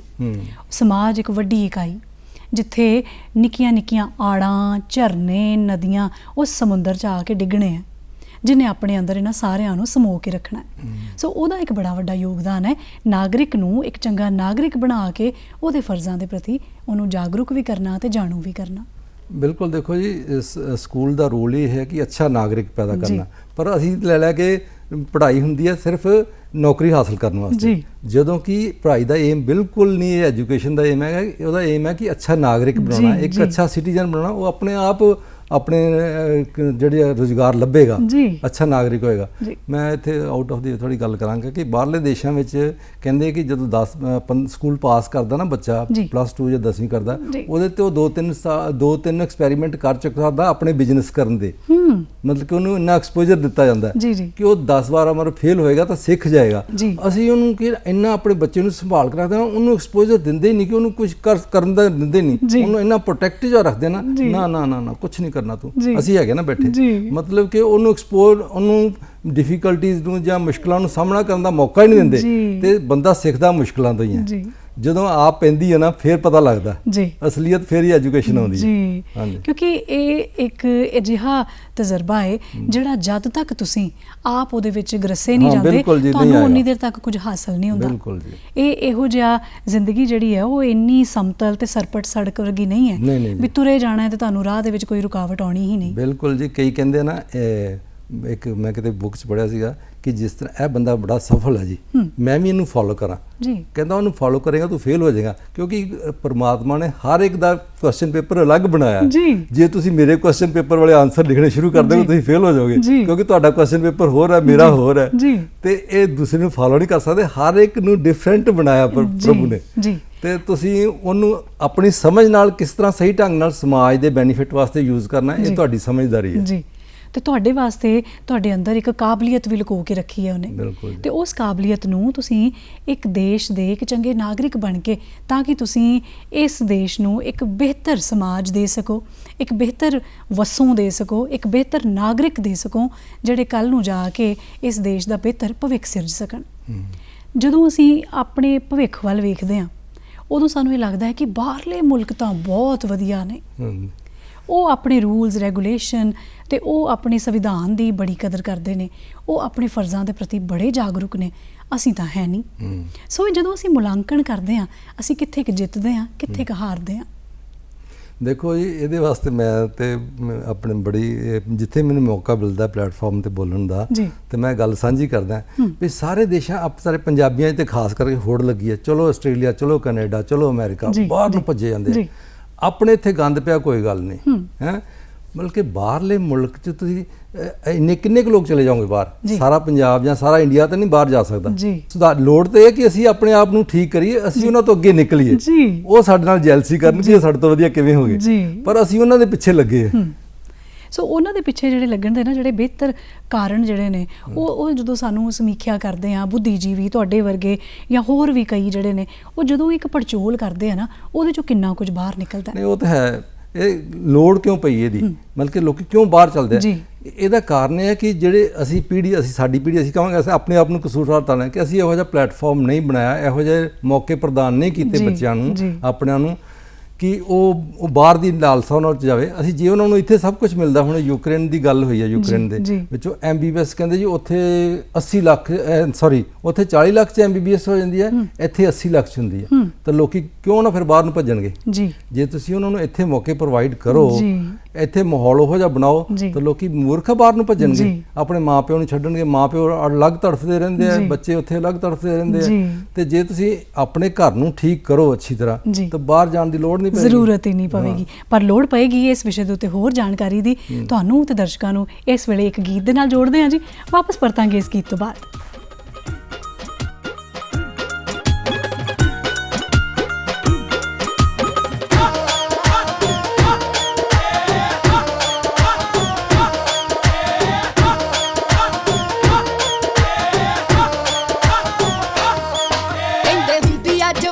ਨਿਸ਼ਾਨੀ ਬਈ ਖਤਰੇ ਦੀ ਪੱਕੀ ਹੈ ਨਿਸ਼ਾਨੀ ਬਈ, ਜਿੱਦਾਂ ਬਿਜਲੀ ਅਰਸ਼ ਦੀ ਕੜ ਕੇ ਉਹ ਕੰਮ ਨਾ ਕਰੀਏ ਜਿਹੜਾ ਸਾਰਿਆਂ ਦੀ ਅੱਖ ਵਿੱਚ ਰੜ ਕੇ, ਉਹ ਕੰਮ ਨਾ ਕਰੀਏ ਜਿਹੜਾ ਸਾਰਿਆਂ ਦੀ ਅੱਖ ਵਿੱਚ ਰੜ ਕੇ।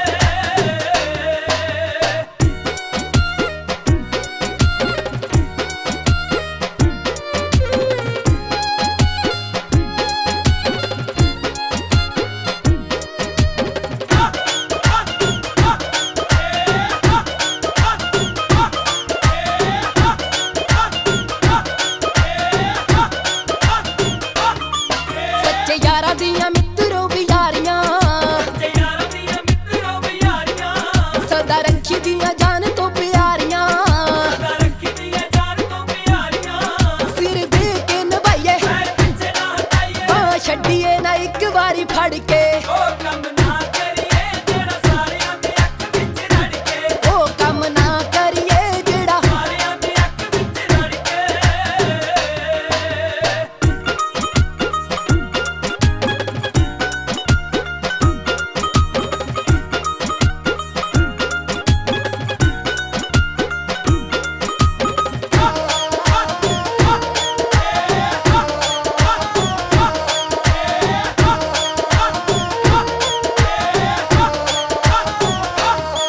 ਕੰਮ ਇੱਕੋ ਜਿਹਾ ਜੱਗਦਾ ਤੇ ਭੱਗਦਾ ਕੰਮ ਇੱਕੋ ਜਿਹਾ ਜੱਗਦਾ ਤੇ ਭੱਗਦਾ ਇਸ ਗੱਲ ਦਾ ਤਾਂ ਪਿੱਛੋਂ ਪਤਾ ਲੱਗਦਾ ਇਸ ਗੱਲ ਦਾ ਤਾਂ ਪਿੱਛੋਂ ਪਤਾ ਲੱਗਦਾ ਖਾਣਾ ਮਨ ਪਾਉਂਦਾ ਖਾਈਏ ਖਾਣਾ ਜੱਗ ਪਾਉਂਦਾ ਪਾਈਏ ਯਾਰੋ ਕੁਝ ਨਹੀਂ ਇੱਥੇ ਆਉਂਦਾ ਐਵੇਂ ਲੜ ਕੇ ਉਹ ਕੰਮ ਨਾ ਕਰੀਏ ਜਿਹੜਾ ਸਾਰਿਆਂ ਦੇ ਅੱਖ ਵਿੱਚ ਰੜ ਕੇ ਉਹ ਕੰਮ ਨਾ ਕਰੀਏ ਜਿਹੜਾ ਸਾਰਿਆਂ ਦੇ ਅੱਖ ਵਿੱਚ ਰੜ ਕੇ ਪ੍ਰੋਗਰਾਮ ਗੱਲਾਂ ਤੇ ਗੀਤ।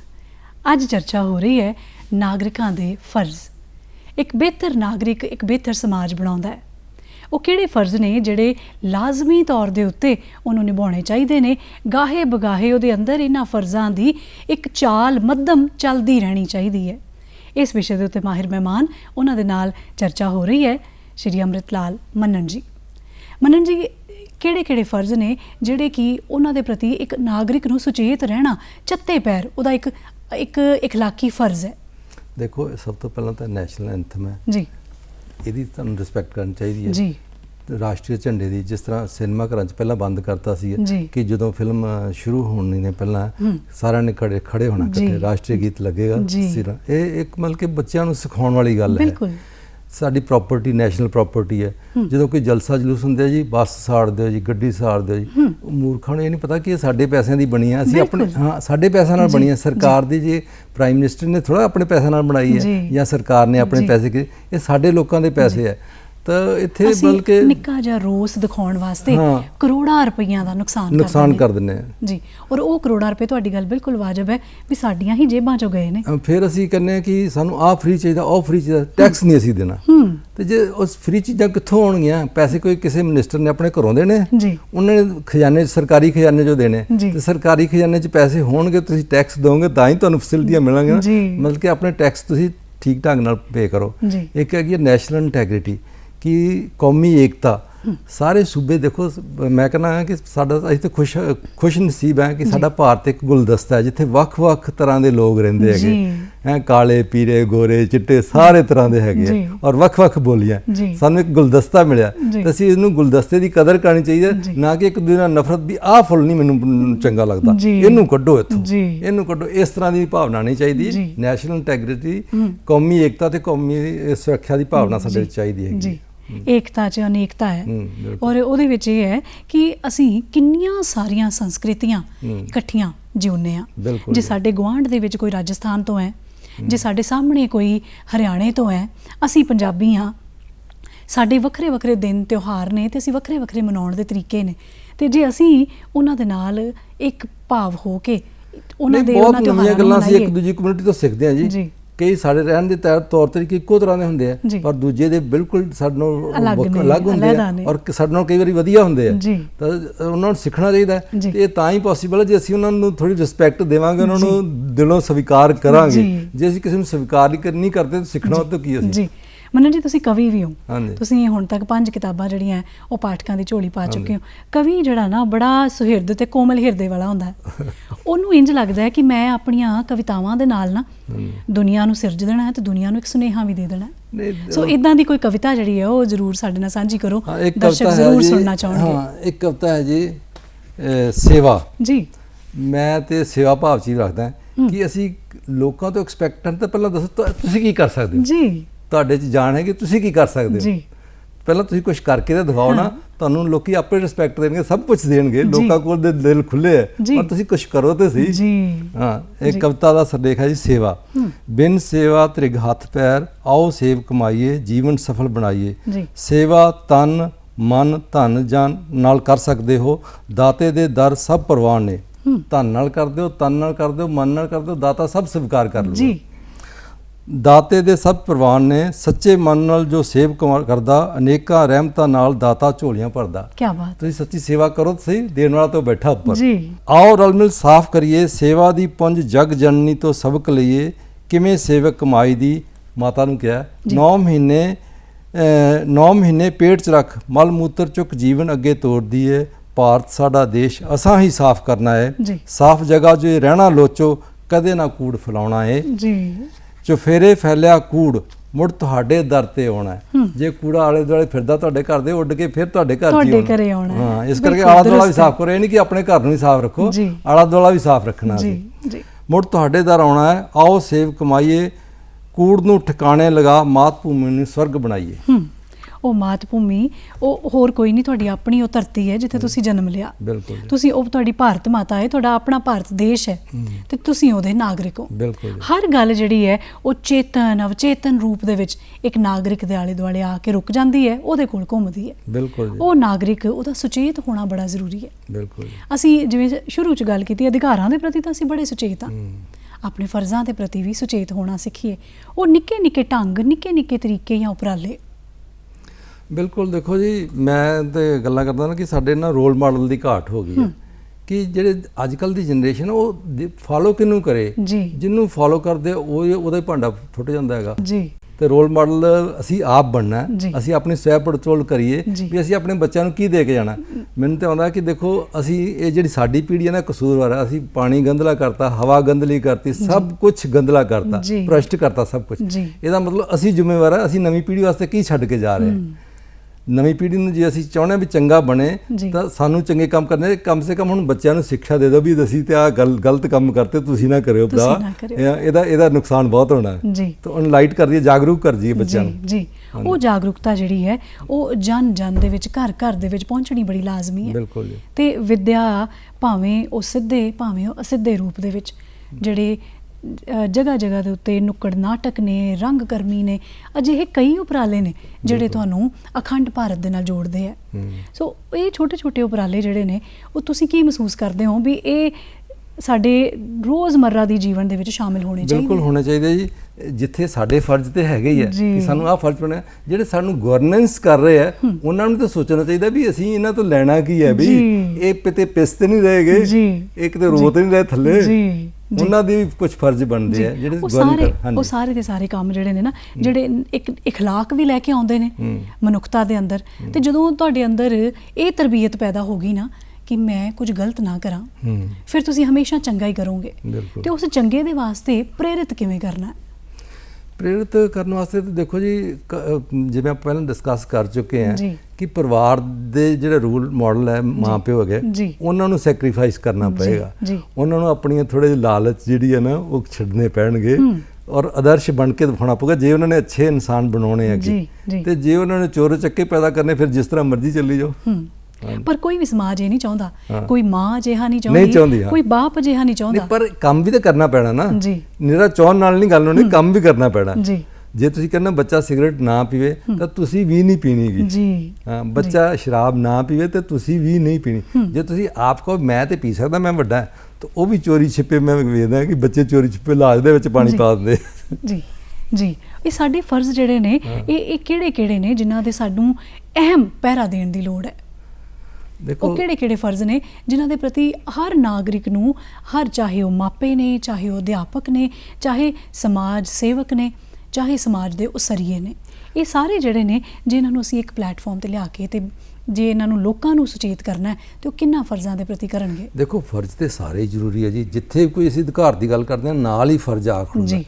ਤੁਸੀਂ ਜੇ ਸਾਡੇ ਅਧਿਕਾਰ ਅਣਗਿਣਤ ਹੈ ਤਾਂ ਫਰਜ਼ ਵੀ ਨਾਲ ਅਣਗਿਣਤ ਹੈ। ਜਿਸ ਤਰ੍ਹਾਂ ਮੈਂ ਛੋਟੀ ਜਿਹੀ ਗੱਲ ਕਰਦਾ ਨਾ ਕਿ ਕਾਰ ਲੈਣ, ਮੇਰੇ ਪਾਸ ਪੈਸੇ ਹੈਗੇ, ਮੈਂ ਕਾਰ ਲੈ ਸਕਦਾ, ਕਾਰ ਲੈਣ ਦਾ ਮੈਨੂੰ ਅਧਿਕਾਰ ਹੈ, ਹਰ ਇੱਕ ਨੂੰ ਨਾਗਰਿਕ ਨੂੰ ਅਧਿਕਾਰ ਹੈ। ਪਰ ਕਾਰ ਚਲਾਉਣੀ ਕਿਸ ਤਰ੍ਹਾਂ ਇਹ ਉਹਦਾ ਫਰਜ਼ ਹੈ। ਇਹ ਨਹੀਂ ਕਿ ਮੈਂ ਮਾੜਾ ਮੋਟਾ ਸਿੱਖਿਆ ਤੇ ਕਾਰ ਲੈ ਗਈ, ਮੇਰੇ ਕੋਲ ਹੈਗੇ ਪੈਸੇ, ਮੈਂ ਕਾਰ ਲੈ ਕੇ ਸੜਕ ਤੇ ਚੜ੍ਹ ਗਿਆ, ਉੱਥੇ 2-4 ਨੂੰ ਮਾਰਿਆ, ਆਪ ਮਾਰਿਆ, ਕਾਰ ਤੋੜਾ ਕੇ ਘਰ ਵਾਪਸ ਆ ਗਿਆ। ਇਹ ਮੇਰਾ ਫਰਜ਼ ਹੈ, ਮੈਂ ਚਲਾਉਣਾ ਕਿਸ ਤਰ੍ਹਾਂ। ਕੋਈ ਵੀ ਗੱਲ ਲੈ ਲਓ, ਅਸੀਂ ਜੇ ਤੁਸੀਂ ਰਾਈਟ ਟੂ ਸਪੀਕ, ਜਿਵੇਂ ਹੁਣ ਆਪਾਂ ਗੱਲਾਂ ਕਰ ਰਹੇ ਹਾਂ, ਰਾਈਟ ਟੂ ਸਪੀਕ ਮੇਰਾ ਅਧਿਕਾਰ ਹੈ, ਪਰ ਮੈਂ ਗੱਲ ਕਰਨੀ ਕੀ ਹੈ ਉਹ ਵੀ ਤਾਂ ਮੈਨੂੰ ਪਤਾ ਹੋਵੇ ਨਾ, ਕਿ ਮੈਂ ਇੱਥੇ ਟਾਈਮ ਕਰਨ ਮੈਂ ਆਪਣੀ ਬੁੱਧੀ ਦਿਖਾਉਣ ਵਾਸਤੇ ਇੱਥੇ ਆਇਆ।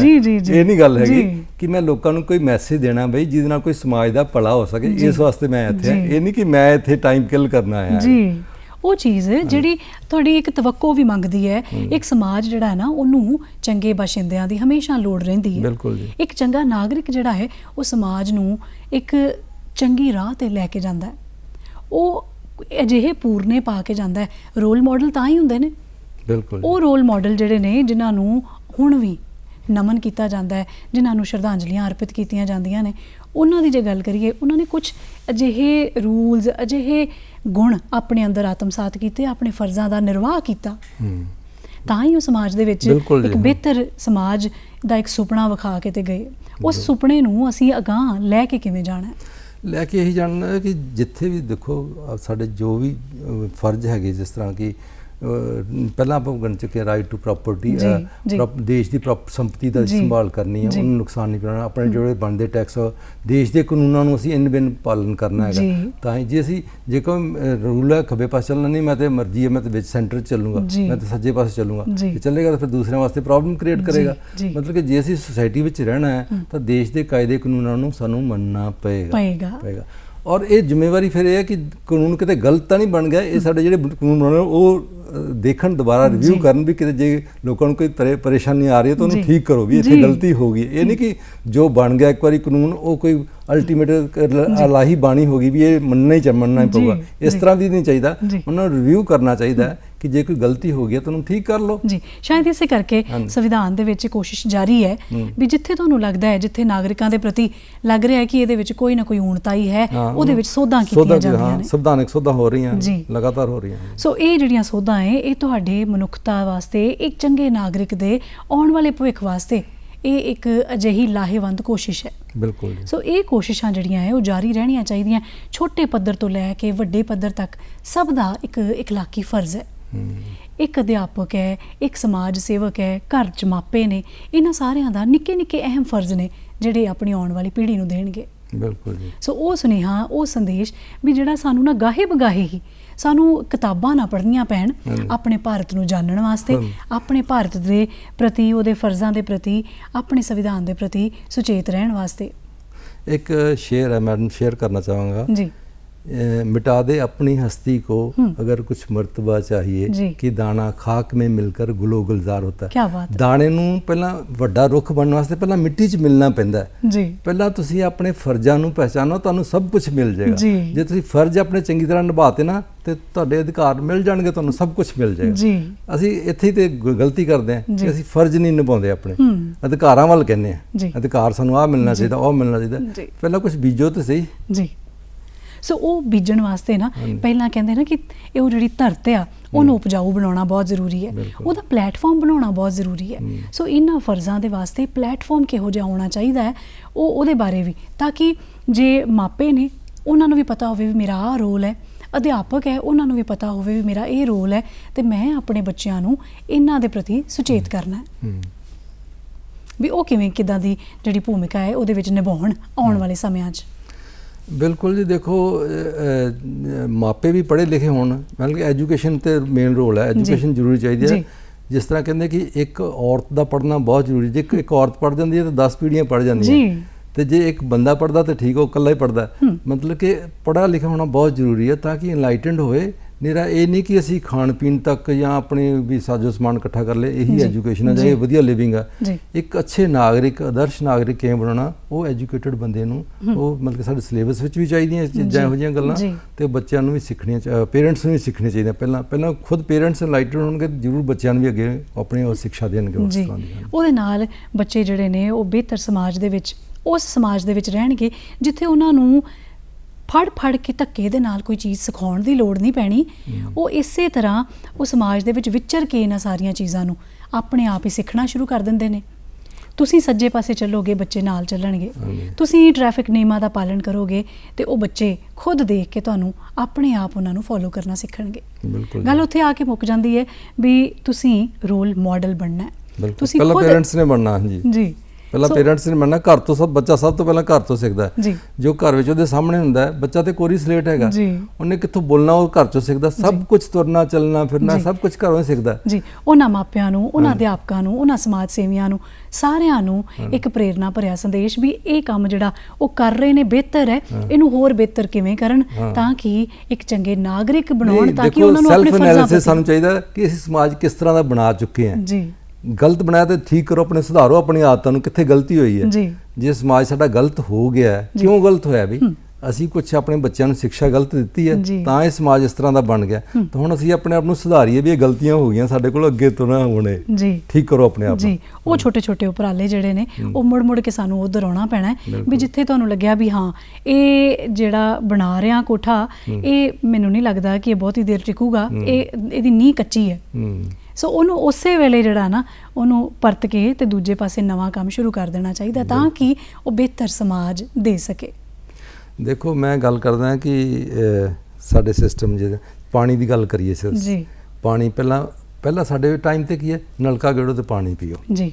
ਅੱਛਾ, ਪਾਣੀ ਚੱਲਦਾ, ਪਾਣੀ ਡੂੰਘਾ ਹੁੰਦਾ ਗਾ, ਫਿਰ ਪਾਣੀ ਜੀ ਗੰਦਾ ਹੋ ਗਿਆ, ਪਾਣੀ ਦੀਆਂ ਬੋਟਲਾਂ ਆ ਗਿਆ, ਅਸੀਂ ਬੜੇ ਹੈਰਾਨ ਹੋਣਾ ਕਿ ਪਾਣੀ ਵਿਕਣ ਲੱਗ ਗਿਆ, ਓਹੋ ਪਾਣੀ ਵਿਕਣ ਲੱਗ ਗਿਆ ਤੇ ਕਲਯੁਗ ਆ ਗਿਆ ਜੀ। ਪਾਣੀ ਆ ਗਿਆ, ਹੁਣ ਪਾਣੀ ਮਤਲਬ ਆਰਓ ਆ ਗਿਆ ਜੀ, ਇਹਦਾ ਮਤਲਬ ਆਰਓ ਆ ਗਏ। ਅੱਛਾ, ਹੁਣ 에ਅਰ ਪਿਊਰੀਫਾਇਰ ਆ ਗਏ ਜੀ, ਇਹਦਾ ਮਤਲਬ ਅਸੀਂ 에ਅਰ ਨੂੰ ਵੀ ਇੰਨਾ ਗੰਦਾ ਕਰਤਾ, ਹਵਾ ਲੈਣੀ ਹੈ ਸਭ ਤੋਂ ਪਹਿਲਾਂ 에ਅਰ ਪਿਊਰੀਫਾਇਰ ਲਾਓ। ਇਹਦਾ ਮਤਲਬ ਹੈ ਕਿ ਅਸੀਂ ਕੀ ਕਰ ਰਹੇ ਹਾਂ, ਅਸੀਂ ਜੋ ਬਦਤਮੀਜ਼ੀਆਂ ਕਰ ਰਹੇ, ਦਾ ਮਤਲਬ ਅਸੀਂ ਸਭ ਕੁਝ ਆਪਣੇ ਪਵਨ ਗੁਰੂ ਪਾਣੀ ਪਿਤਾ ਮਾਤਾ ਧਰਤ ਮਹੱਤ ਕਹਿੰਦੇ, ਅਸੀਂ ਆਪਣੇ ਪਾਣੀ ਨੂੰ ਵੀ ਪੋਲਿਊਟ ਕਰਤਾ, ਧਰਤੀ ਨੂੰ ਵੀ ਕਰਤਾ, ਖਾਦਾਂ ਰਸਾਇਣਿਕ ਪਾ ਕੇ, ਕੀਟਨਾਸ਼ਕ ਪਾ ਕੇ, ਮਤਲਬ ਕਿ ਜ਼ਿਆਦਾ ਫਸਲ ਲੈਣ ਦੇ ਚੱਕਰ ਵਿੱਚ ਇੰਨੇ ਕੁ ਪਾਤੇ ਉਹਦੇ 'ਚ ਖਾਦਾਂ ਤੇ ਕੀਟਨਾਸ਼ਕ ਕਿ ਉਹ ਸਾਡੀ ਫਸਲਾਂ ਹੀ ਪੋਲਿਊਟਡ ਹੋ ਗਈਆਂ, ਮਤਲਬ ਕਿ ਜੋ ਅਸੀਂ ਖਾਦ ਖੁਰਾਕ ਖਾਂਦੇ ਉਹ ਬਿਮਾਰੀਆਂ ਦਾ ਘਰ ਬਣ ਗਈ। ਤਾਂ ਇਹ ਸਾਡੇ ਆਪਣੇ ਤੌਰ ਤਰੀਕਿਆਂ ਨੂੰ ਸੁਧਾਰਨਾ ਪਊਗਾ ਜੇ ਅਸੀਂ ਚਾਹੁੰਦੇ ਹਾਂ ਕਿ ਅਸੀਂ ਅੱਛਾ ਇੱਕ ਨਾਗਰਿਕ ਦੇਸ਼ ਪੈਦਾ ਕਰੀਏ, ਤਾਂ ਪਹਿਲਾਂ ਅੱਛੇ ਨਾਗਰਿਕ ਬਣਨਾ ਪਊਗਾ। ਜੋ ਚੰਗੇ ਨਾਗਰਿਕ ਜਿਹੜੇ ਨੇ ਸਮਾਜ ਨੂੰ ਉਸਾਰਨ ਦੇ ਵਿੱਚ ਬੜੇ ਸਹਾਈ ਹੁੰਦੇ ਨੇ, ਉਹ ਨਾਗਰਿਕ ਜਿਨ੍ਹਾਂ ਨੇ ਕੱਲ ਨੂੰ ਆਪਣਾ ਵੀ ਆਪਣੇ ਪਰਿਵਾਰ ਬਾਰੇ ਵੀ ਸੋਚਣਾ ਹੈ, ਕਿਉਂਕਿ ਸਭ ਤੋਂ ਛੋਟੀ ਇਕਾਈ ਪਰਿਵਾਰ ਹੈ, ਉੱਥੋਂ ਲੈ ਕੇ ਇੱਕ ਵੱਡੇ ਦੇਸ਼ ਤੱਕ, ਸਮਾਜ ਤੱਕ ਉਹ ਸਾਰਿਆਂ ਨੂੰ ਲੈ ਕੇ ਜਾਣਾ ਹੈ। ਸੋ ਉਹ ਜਿਹੜੀ ਚੀਜ਼ ਹੈ ਨਾ, ਉਹਦੇ ਵਾਸਤੇ ਤੁਹਾਨੂੰ ਪਹਿਲੇ ਦਿਨ ਤੋਂ ਹੀ ਆਪਣੇ ਫਰਜ਼ਾਂ ਪ੍ਰਤੀ ਜਾਗਰੂਕ ਰਹਿਣਾ, ਉਹਨਾਂ ਨੂੰ ਅਪਣਾਉਣਾ ਬੜਾ ਜ਼ਰੂਰੀ ਹੈ। ਤੁਸੀਂ ਦੇਖੋ ਜੀ, ਕੋਈ ਇੰਨਾ ਕੋਈ ਡਰਾਉਣਾ ਕੰਮ ਨਹੀਂ ਹੈਗਾ, ਮਤਲਬ ਕਿ ਆਪਣੀ ਸੈਲਫਿਸ਼ਨੈਸ ਨੂੰ, ਆਪਣੀ ਗਰੀਡ ਨੂੰ ਉਹਨੂੰ ਛੱਡੀਏ ਕਿ ਜੋ ਸਹੀ ਕੰਮ ਉਹ ਹੀ ਕਰਨਾ ਹੈ, ਸਹੀ ਕੰਮ ਕਰਨਾ, ਸਹੀ ਕਰਦੇ ਜਾਓ, ਆਪਣੇ ਆਪ ਸਭ ਕੁਝ ਸਹੀ ਹੁੰਦਾ ਜਾਏਗਾ। ਮੈਂ ਮੇਰੀ ਆਪਣੀ ਲਾਈਫ ਦੀ ਹੈਗੀ ਹੈ ਥਿੰਕਿੰਗ ਹੈ ਕਿ ਕੱਲ ਬਾਰੇ ਨਾ ਸੋਚੋ, ਅੱਜ ਬਾਰੇ ਸੋਚੋ, ਅੱਜ ਕੀ ਕਰ ਰਹੇ। ਜੇ ਤੂੰ ਅੱਜ ਠੀਕ ਕਰ ਦੇਣਾ, ਤੇਰਾ ਫਿਊਚਰ ਠੀਕ ਹੋਊਗਾ ਹੀ ਹੋਊਗਾ। ਜੇ ਅੱਜ ਗਲਤ ਕਰ ਰਿਹਾ ਤੇ ਕੱਲ ਕਿੱਥੋਂ ਠੀਕ ਹੋ ਜਾਊਗਾ। ਮੰਨਣ ਸਾਹਿਬ, ਸੰਵਿਧਾਨਕ ਫਰਜ਼ਾਂ ਦੀ ਜੇ ਜਾਂਦੇ ਗੱਲ ਕਰੀਏ ਵੀ ਕੱਲ ਲੋਕਾਂ ਦੇ ਵਿੱਚ ਜਿਹੜਾ ਬੀਤ ਗਿਆ ਕੱਲ, ਉਹਦੇ 'ਚ ਸੁਚੇਤ ਜ਼ਿਆਦਾ ਸੀਗੇ ਕਿ ਅੱਜ ਜ਼ਿਆਦਾ ਨੇ, ਤੇ ਜੇ ਇਹਦਾ ਨਿੱਕਾ ਜਿਹਾ ਮੁਲਾਂਕਣ ਕਰਦੇ ਆ ਤੇ ਕੀ ਨਜ਼ਰ ਆਉਂਦਾ? ਦੇਖੋ ਜੀ, ਜੇ ਬਹੁਤ ਪਹਿਲੇ ਸਮੇਂ ਤੇ ਸੁਚੇਤ ਜ਼ਿਆਦਾ ਸੀ ਲੋਕ, ਫਿਰ ਜਦੋਂ ਮਟੀਰੀਅਲਿਸਟਿਕ ਚੀਜ਼ਾਂ ਜਿਵੇਂ ਭਾਰੀ ਹੋਈਆਂ ਰਹੀਆਂ, ਪਰ ਪੜ੍ਹਾਈ ਹੁਣ ਜ਼ਿਆਦਾ ਹੈ। ਹਾਂ, ਪੜ੍ਹਾਈ ਜ਼ਿਆਦਾ, ਪਰ ਪੜ੍ਹਾਈ ਉਹ ਕੀ ਰਹਿ ਗਈ, ਉਹ ਫਿਰ ਆਲਮ ਫਾਜ਼ਲ ਹੋਏ ਨਾ 99% ਜੀ। ਸਾਡੇ ਵੇਲੇ ਕੀ ਹੈ ਜੀ, ਕਿਸੇ ਦੇ 60% ਆ ਗਏ ਤਾਂ ਬੱਲੇ ਜੀ, ਹੁਣ 99 ਆ ਗਏ ਫਿਰ ਵੀ ਕੋਈ ਗੱਲ ਨਹੀਂ, 90% ਆ ਗਏ ਕਹਿੰਦੇ ਬੱਚਾ ਤੇ ਜੇ ਕੁਝ ਨਹੀਂ ਮਿਲੇਗਾ ਤੇ 90% ਹੀ ਲਈਏ, ਬਸ 90% ਲਈਏ। ਮਤਲਬ ਕਿ ਐਜੂਕੇਸ਼ਨ ਤੋਤੇ ਵਾਂਗੂ ਰੱਟ ਲਓ ਸਭ ਕੁਝ, ਮੋਰਲੀ ਉਹਨੂੰ ਕੀ ਆਉਂਦਾ ਜਾਂ ਉਹਦੀਆਂ ਹੈਬਿਟਸ ਕੀ ਆ ਉਹਦੇ ਬਾਰੇ ਕੋਈ ਗੱਲ ਨਹੀਂ ਜੀ। ਸੋ ਇਹ ਜਿਹੜੀ ਦੁਨੀਆ ਹੈ ਨਾ, ਇਹ ਸ਼ੁਰੂ ਤੋਂ ਲੈ ਕੇ ਹੁਣ ਤੱਕ ਇਦਾਂ ਹੀ ਵਸਦੀ ਆਈ ਹੈ, चंगियां चीज़ां दे दम दे उत्ते। नई दुनिया बसाने को नए अंश बाहर से नहीं आते, वही मिट्टी उभरती है, वही जर्रे समरते हैं। सो इदां ही सानू ही सारिਆਂ ਨੂੰ ਰਲ ਮਿਲ ਕੇ ਕੋਸ਼ਿਸ਼ਾਂ ਕਰਨੀਆਂ ਚਾਹੀਦੀਆਂ। ਤੁਸੀਂ ਸਟੂਡੀਓ ਵਿੱਚ ਆਏ, ਤੁਹਾਡਾ ਬਹੁਤ ਬਹੁਤ ਧੰਨਵਾਦ। ਮੈਂ ਵੀ ਦੂਰਦਰਸ਼ਨ ਦਾ ਧੰਨਵਾਦੀ ਹਾਂ ਜੀ, ਮੈਨੂੰ ਮੌਕਾ ਮਿਲਿਆ ਆਪਣੇ ਵਿਚਾਰ ਸਾਂਝੇ ਕਰਨ ਦਾ ਜੀ, ਬਹੁਤ ਬਹੁਤ ਸ਼ੁਕਰੀਆ ਜੀ।